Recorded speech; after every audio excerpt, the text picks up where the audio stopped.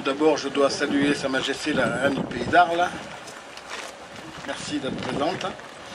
Je remercie aussi dans le féminin, parce qu'on est dans le féminin, la représentante du riz, l'ambassadrice du riz, à Morosière, Narine, qui est présente. Mesdames et messieurs les élus, Madame la conseillère régionale, Monsieur le conseiller général, Monsieur les maires, Mesdames et messieurs les élus, Madame Marie-France Paul, excusez-moi, d'être présente, famille d'Herman Paul, Monsieur le capitaine de la nation, Mesdames et messieurs le président de l'association, Mentenaille, gardien, Jean de Bouvines, Mesdames, Mesdemoiselles, Messieurs, chers amis, Madame Espelli, qui est là aussi. La croix gardienne ou croix des saintes est universellement connue. On la trouve partout, sur tous les supports, à toutes les aspirations conjuguées, symbolisant un amour profond pour une terre singulière.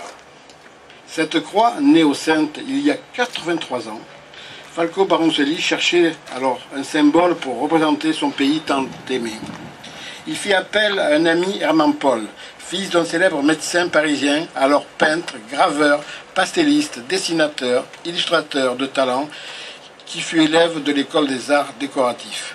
Collaborateur à de grands journaux tels que l'Écho de Paris, Le Figaro, Le Cri de Paris, La Vie parisienne.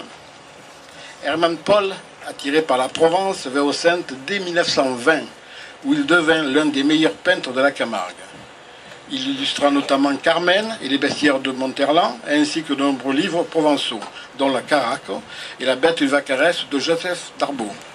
Tombé lui aussi sous le charme de ce pays, il s'installa aux Saintes dans la rue Victor Hugo, où il fut bien inspiré par la demande du marquis, car son génie créateur naîtra en 1926 notre croix gardienne.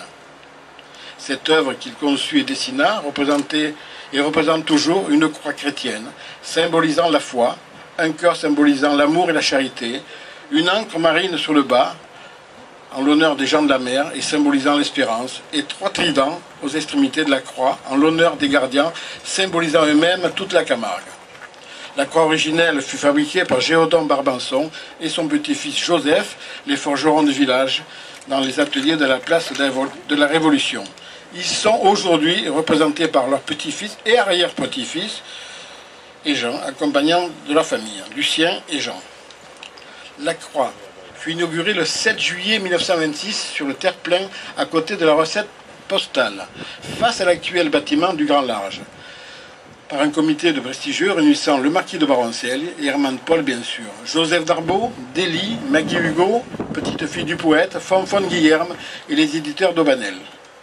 Une dizaine d'années plus tard, la croix fut transférée au Pont du Mort à l'entrée ouest du village, où elle va être mise en valeur prochainement.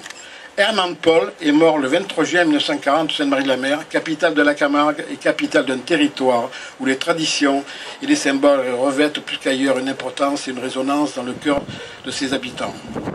Cette croix gardienne, créée par Herman Paul, est devenue, depuis sa création, une marque d'appartenance à la Camargue que les Camarguais, les Saintoises et les Saintois portent fièrement. La détérioration de la sépulture d'Herman Paul et le vol de la croix de Camargue qui l'ornait ont été vécus comme une atteinte au patrimoine collectif, à la mémoire de tous les Saintois. Aussi, nous avons proposé, en collaboration avec la Nation Gardienne et après rencontre avec les membres de la famille d'Herman Paul, que la commune soit officiellement chargée de l'entretien, de la conservation de la sépulture du créateur de la croix de Camargue. L'accord de Madame Marie-France Paul, épouse Moulin, petite fille de l'artiste, et de Madame Françoise Egersein, née Paul, ayant obtenu la commune à délibérer en date du 23 octobre 2008 pour prendre en charge la rénovation du tombeau, la création et la pose d'une nouvelle croix réalisée à l'identique par José Tombeau, ainsi que l'entretien de la sépulture d'Herman Paul, en témoignage à notre reconnaissance envers cet homme qui a fait de sa création à la Camargue, qui a fait don de sa création à la Camargue. Je tenais à vous remercier d'être tous présents aujourd'hui. C'est un moment important de protéger le patrimoine de cette commune. Je crois que c'est le but d'une municipalité, des élus et de vous tous. Merci.